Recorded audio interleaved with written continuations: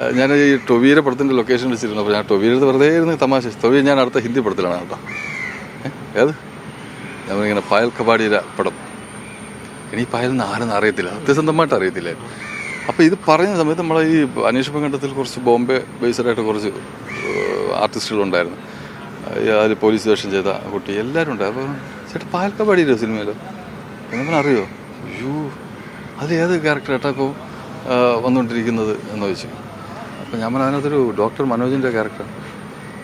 അപ്പോൾ അവർ പറഞ്ഞു, വേറെ ഒരു പയ്യൻ സംസാരിച്ചിട്ട് പറഞ്ഞു, ചേട്ടാ ആ ഒരു ക്യാരക്ടറിന് വേണ്ടി 1.5 വർഷം അവർ ഓഡീഷൻ ചെയ്തുകൊണ്ടിരിക്കുകയാണെന്ന് പറഞ്ഞു. നമ്മൾ 1.5 വർഷം ആ ക്യാരക്ടറിന് വേണ്ടി ഓഡീഷൻ ചെയ്തുകൊണ്ടിരിക്കുന്നു.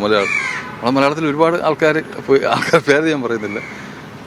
പിന്നെ ഞാൻ പോയിട്ട് കാര്യമില്ല, കാരണം അങ്ങനത്തെ ടൈപ്പ് പടമല്ലേ, നമുക്ക് ഒരിക്കലും നമ്മളെ കൊമേഴ്ഷ്യൽ സിനിമ പോലെയൊന്നും അല്ലല്ലോ. ഞാൻ പിന്നെ പോയിട്ട് കാര്യമില്ല എന്ന് പറഞ്ഞു. അങ്ങനെ അവർ വീണ്ടും വിളിച്ചുകൊണ്ടിരുന്നു. ഞാൻ പോയി, ദൈവാനുഗ്രഹമായിരിക്കാം. ഫയൽ പറഞ്ഞു അവരുടെ മനസ്സിലുള്ള ആ ഡോക്ടർ തന്നെയാണ് എന്ന് പറഞ്ഞു. ഭാഷ ഒരു പ്രശ്നമായിരുന്നു. ഭാഷ മീൻസ് എനിക്ക് ഏറ്റവും അഭിനയിക്കേണ്ടി വന്നില്ല, കാരണം വെച്ചാൽ ഹിന്ദി അറിഞ്ഞൂടാത്ത മലയാളി ഡോക്ടറാണ്. അപ്പോൾ അഭിനയിക്കേണ്ടി വന്നില്ല ഞാൻ. അപ്പോൾ ഞാൻ അധികം ഭാഷ ബുദ്ധിമുട്ടിച്ചില്ല. എന്നിട്ട് അവർ അവിടെ ലൊക്കേഷനിലൊക്കെ പറയും, ഫുള്ള് ഭയങ്കര ടീമുകൾ, മൊത്തം സായിപ്പന്മാരൊക്കെയാണ് കേട്ടോ. കാരണം ഇത് പ്രൊഡ്യൂസ് ചെയ്തിരിക്കുന്നത് നമ്മൾ ഇൻ്റർനാഷണൽ ഫിലിം ഫെസ്റ്റിവലൊക്കെ നടത്തുന്ന പല രാജ്യങ്ങളിലുള്ള അവരെല്ലാം കൂടെ ഒരുമിച്ചാണ് ഈ പടം പ്രൊഡ്യൂസ് ചെയ്തിരിക്കുന്നത്. ഫുൾ ഇംഗ്ലീഷുകാരാട്ടോ. എല്ലാം ലൈറ്റ്, ക്യാമറ, സൗണ്ടിൻ്റെയൊക്കെ എല്ലാം ഇംഗ്ലീഷുകാരാണ്. അതുകൊണ്ട് ഞാൻ ഒരു അക്ഷരം അടുത്ത് മിണ്ടയില്ല, സംസാരിക്കില്ല. അപ്പോൾ അവർ പറഞ്ഞു, ഇത് നല്ല മനുഷ്യൻ, ആരോടും ഒരു സംസാരമില്ല. കനി എൻ്റെ അടുത്ത് പറഞ്ഞു, ചേട്ടനെ കുറിച്ച് നല്ല അഭിപ്രായമാണ്. വിനയമാണെന്ന് തെറ്റിദ്ധരിച്ചു. വിനയാണ്. അപ്പം ഞാൻ പറഞ്ഞു, എനിക്ക് ഭാഷ അറിയണം. രസമായിരുന്നു. പിന്നെ പായൽ പറയുന്ന ഇംഗ്ലീഷിൽ പറയുന്നത് എനിക്ക് മനസ്സിലാവും, അങ്ങനെ ചെയ്യാൻ ഇങ്ങനെ ചെയ്യാമെന്ന് പറഞ്ഞു. പക്ഷെ നമുക്ക് പേടി, പറയുന്നത് തെറ്റിപ്പോകുമെന്നുള്ളൊരു പേടിയിലാണ് ഞാൻ.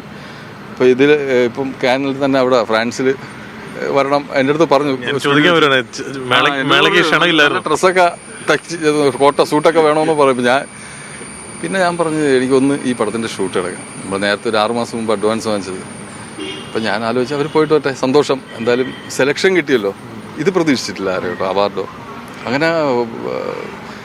മറ്റേ നമ്മുടെ സിനിമ റെഡ് കാർപ്പറ്റിൽ എല്ലാവരും പോയി, എല്ലാം കഴിഞ്ഞിട്ട് ഇന്ന് കനിയും കനിന്ന് തിരിച്ചു വരാൻ നിന്നപ്പോഴാണ് അവരെ കമ്മിറ്റി എന്ന് പറഞ്ഞ്, പോകണ്ട, നാളെ കഴിഞ്ഞ് പോയാൽ മതി എന്ന് പറഞ്ഞു. അപ്പോൾ അവർക്ക് എന്തോ സാധനം മനസ്സിലാടിച്ചു. അതായത് പടം ഒരിക്കലും കിട്ടുമെന്നല്ല, സെലക്ഷൻ കിട്ടിയത് തന്നെ ഏറ്റവും വലിയൊരു ഭാഗ്യമായിട്ട് കണക്കാക്കുന്നത്. അങ്ങനെയാണ് എന്നെ അവരെ വിളിച്ച് കരച്ചിലും എല്ലാവരും ഭയങ്കര സന്തോഷമായി. പിന്നീട് അപ്പോഴാണ് വിചാരിച്ചത് പോകാനുള്ളായിരുന്നു.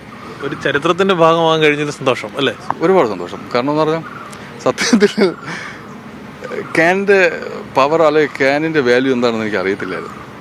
അപ്പോൾ ഇത് അറിയാവുന്ന ഒരുപാട് പേര് വിളിച്ചു, ചേട്ടാ ഇത് ഓസ്കാറിന് തുല്യം നിൽക്കുന്ന, അല്ലെങ്കിൽ ഓസ്കാറിനേക്കാളും മേലിലുള്ളൊരു സംഭവമാണ് ഈ ക്യാൻ എന്ന് പറഞ്ഞാൽ. അങ്ങനെ ഒരിക്കലും പെട്ടെന്നൊന്നും എത്തിപ്പെടാൻ പറ്റാത്ത. കാരണം മമ്മൂക്കാക്ക് ഇങ്ങോട്ടാണ് ഈ മെസ്സേജ് അയച്ചു, കൺഗ്രാറ്റ്സ് എന്ന് പറഞ്ഞു.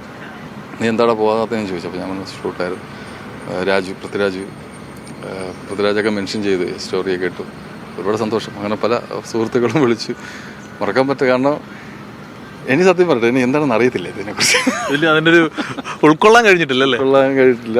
ഒരുപാട് സന്തോഷം. ഭയങ്കര എന്തായാലും നമുക്ക് ഒരുപാട് ആഗ്രഹിക്കുന്ന ഇതൊക്കെ അല്ലേ നമ്മളെ സന്തോഷം. ഭയങ്കര തീർച്ചയായും അഭിനന്ദനങ്ങൾ. എന്തായാലും ആ അവാർഡിൻ്റെ ആ പുരസ്കാരത്തിൻ്റെ തിളക്കത്തിൽ നിൽക്കുകയാണ് അദ്ദേഹത്തിന്. ഇപ്പോഴും അത് ഉൾക്കൊള്ളാൻ കഴിഞ്ഞിട്ടില്ല. എന്തായാലും മലയാളികൾക്ക് അഭിമാനമായി മാറിയിരിക്കുകയാണ് കനി കുസൃതിക്കും ദിവ്യപ്രഭയ്ക്കും ഒപ്പം അസീസ് നെടുമങ്ങാടും.